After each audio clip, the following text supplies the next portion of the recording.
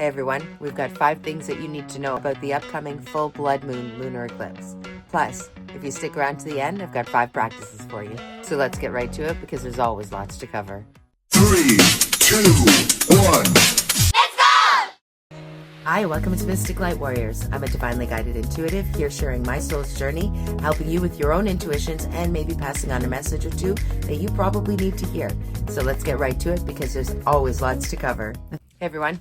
We've got the full blood moon in Virgo right now, plus a lunar eclipse coming up. I've got some notes so we don't miss anything, so let's get right to it. Okay, so there's a lot of stuff happening with this full moon in Virgo, plus the eclipse on top of it, and the planetary alignment. We are still in Pisces season, so there's lots to cover. So let's start with the planetary alignments and what exactly does that mean for us? So the full moon in Virgo is going to be a blood moon for the eclipse. And what that is, for people that don't know, instead of the moon reflecting the sun, it's reflecting the Earth's shadow. That's why it has that red hue to it. And that's why we call it the blood moon. Truthfully, especially with some of the stuff I've seen lately, it's about to get bloody.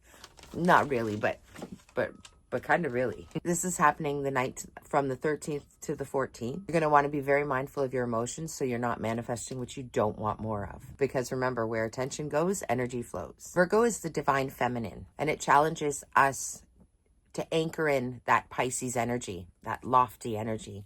Turn those ideas into reality. Now, the moon is also opposite Saturn here. Saturn is the lord of karma. So it's making the energy super destined, very karmic and very dharmic. A lunar eclipse, soul evolution and karmic imprints. Blockages surface for transmutation. We're also recalibrating physical and energetic structures. The mutable signs should be a little more aware than the rest of us.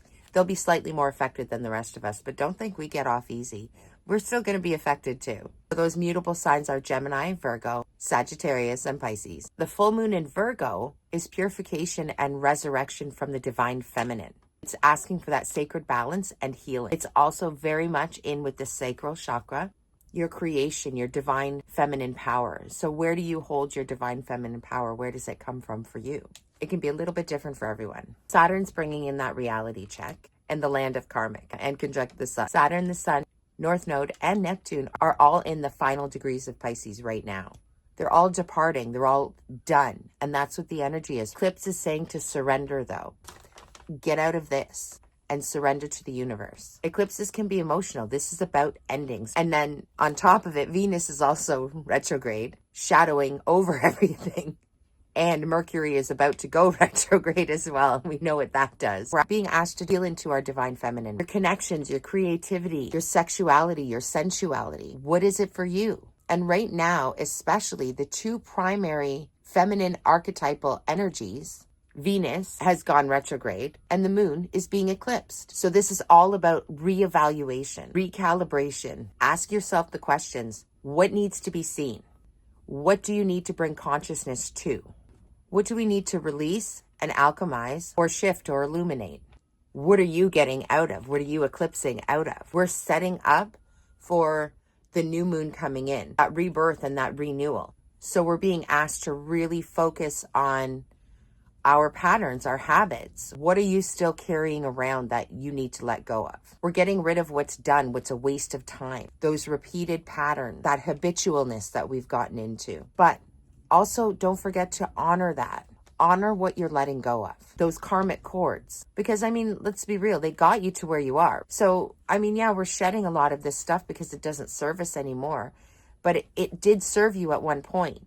So we need to honor that. With that said, some of the practices I want to talk about. Number 1, you can write your intentions down and then burn them. Number 2 is fasting and detoxes. They can be really, really powerful right now because we're shedding all that doesn't serve us. So fasting and detoxes serve that same purpose. Focusing on getting that body to that healthy state, recalibrating what we're doing and honoring what we need to be honoring. So I've got more practices, but we'll get back to that in a minute. Because we're dealing with the South Node here, that's what we're releasing, what we're walking away from, what we're outgrowing. That's karma too. The ancestral lines, the lineages. Now, North Node, on the other hand, is what you're moving towards. It's what your soul wants to expand on. Your dharma.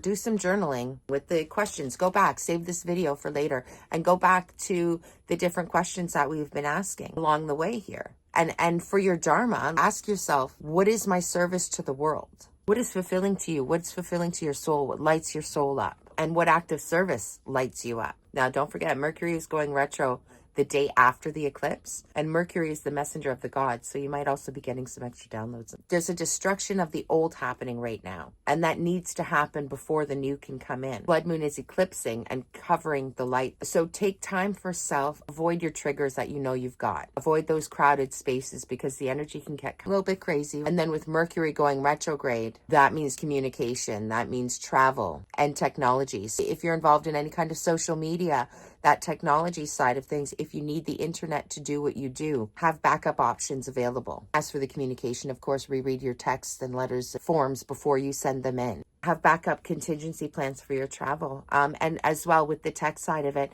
if you can put things on like USBs or something like that, that's also really, really handy because then no matter what comes, you're good. There's a profound clearing taking place right now. As the planetary grid is shifting, our bodies, our physical, emotional, and ethereal bodies can be affected by this energetically. They need to adjust. So you might be feeling a little bit fatigued or even some dizziness. You might be more sensitive to certain energies, hence the trigger warnings. You might be going through a lot of emotional purging. That's okay. As spiritual people, it's normal. This evolution is not just personal, though. Practice number 4 is Shiva-based practices and mantras. When you're doing that, really look into where it would serve you to bring your consciousness to in that moment. If you want to do some meditation work or mantras, look up the ones that are going to serve you most at this time where you really need that focus to go. And practice number 5, dance, body movement. Super important right now. We're purging a lot of stuff that we don't need anymore. And in order to purge as much as you can, you need to move that body. Get it going so that you can unstick that energy that doesn't serve you anymore. It doesn't matter what kind of movement you do, it's all super helpful. So don't forget to, number 1, manage your emotions right now. Watch those triggers. Keep centered. We don't want to bring in what we don't want. Where attention goes, energy flows. Number 2, let go of what no longer serves you and make that conscious decision to let go of those things, because if you don't, the universe will do it for you.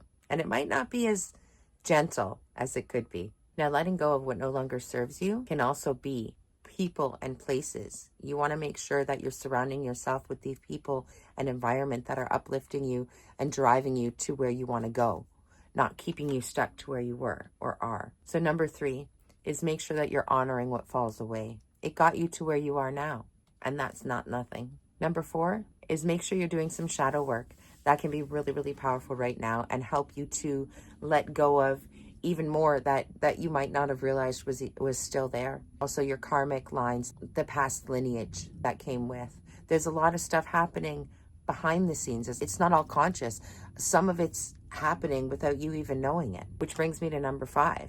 You can be feeling heightened intuition right now. You could be being propelled forward with activations to help you realign. You might be having expanded dreams. You know, this is part of why we're being very conscious of where we're spending our time and energy right now. Number 6, purging is key right now, and everything's being amplified. So ensure that you're letting go of what doesn't serve you anymore. All right.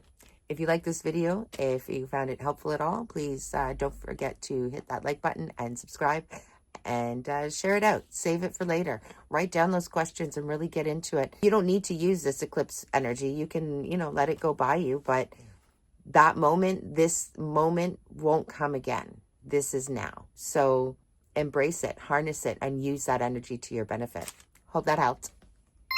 And as always, if you've liked the content you've seen today, please like and subscribe and leave me a comment. Let me know what hit for you, what didn't hit for you, what are your practices.